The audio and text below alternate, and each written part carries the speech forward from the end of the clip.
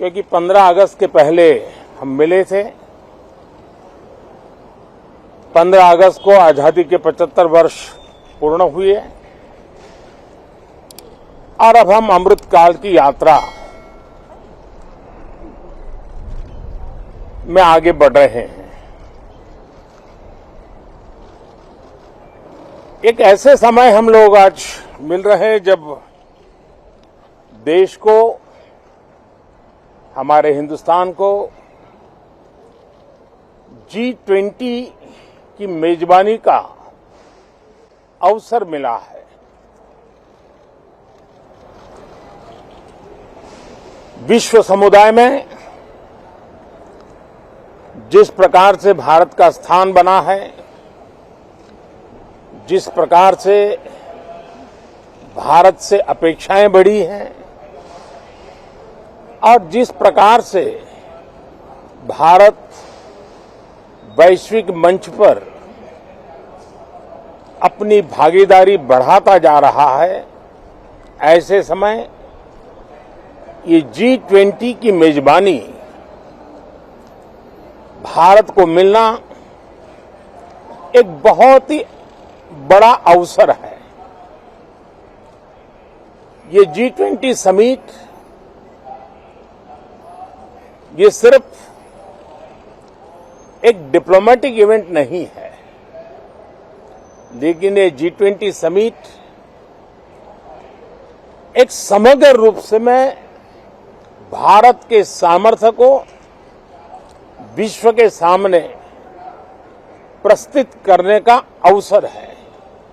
इतना बड़ा देश, मदर ऑफ डेमोक्रेसी, इतनी विविधताएं, इतना सामर्थ्य, पूरे विश्व को भारत को जानने का एक बहुत बड़ा अवसर है और भारत को, पूरे विश्व को अपना सामर्थ्य जताने का भी बहुत बड़ा अवसर है।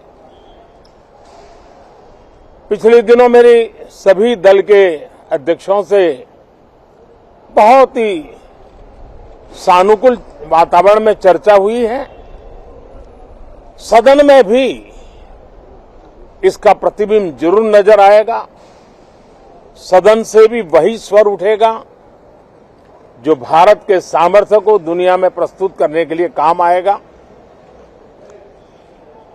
इस सत्र में देश को विकास की नई ऊंचाइयों पर ले जाने के लिए वर्तमान वैश्विक परिस्थितियों में भारत को आगे बढ़ाने के नए नए अवसर, उन सबको ध्यान में रख करके कई महत्वपूर्ण निर्णय इस सत्र में करने का प्रयास होगा। मुझे विश्वास है कि सभी राजनीतिक दल चर्चा को और मूल्य वृद्धि करेंगे, अपने विचारों से निर्णयों को नई ताकत देंगे, दिशा को और स्पष्ट रूप से उजागर करने में मदद करेंगे।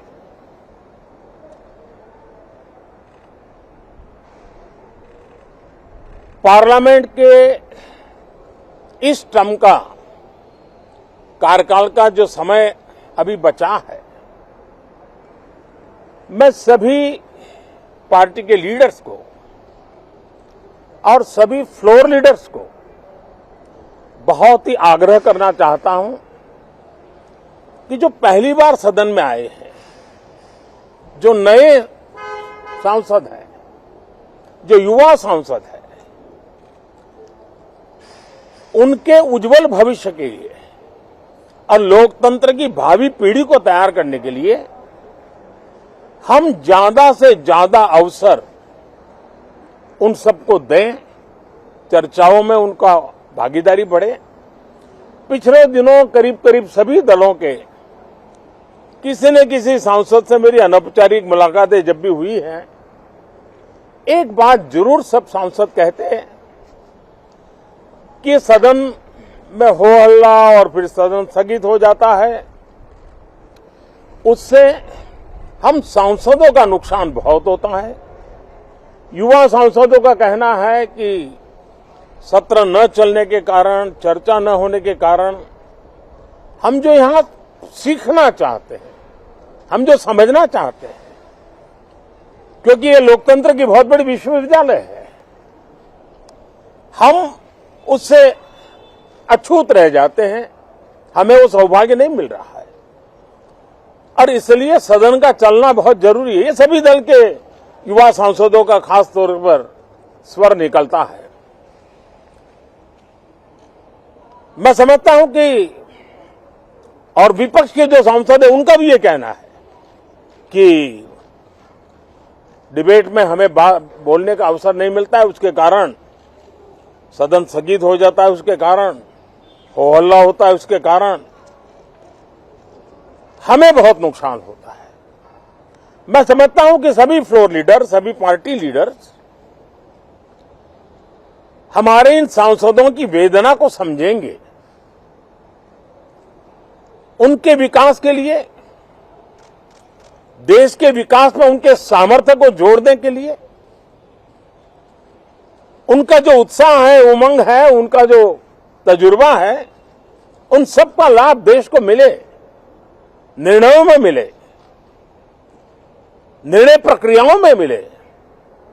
ये लोकतंत्र के लिए बहुत आवश्यक है। मैं बहुत ही आग्रह के साथ सभी दलों से, सभी सांसदों से इस सत्र को और अधिक प्रोडक्टिव बनाने की दिशा में सामूहिक प्रयास हो। इस सत्र में एक और भी सौभाग्य है कि आज पहली बार हमारे उपराष्ट्रपति जी राज्यसभा के सभापति के रूप में अपना कार्यकाल प्रारंभ करेंगे। उनका ये पहला सत्र होगा और पहला दिन होगा।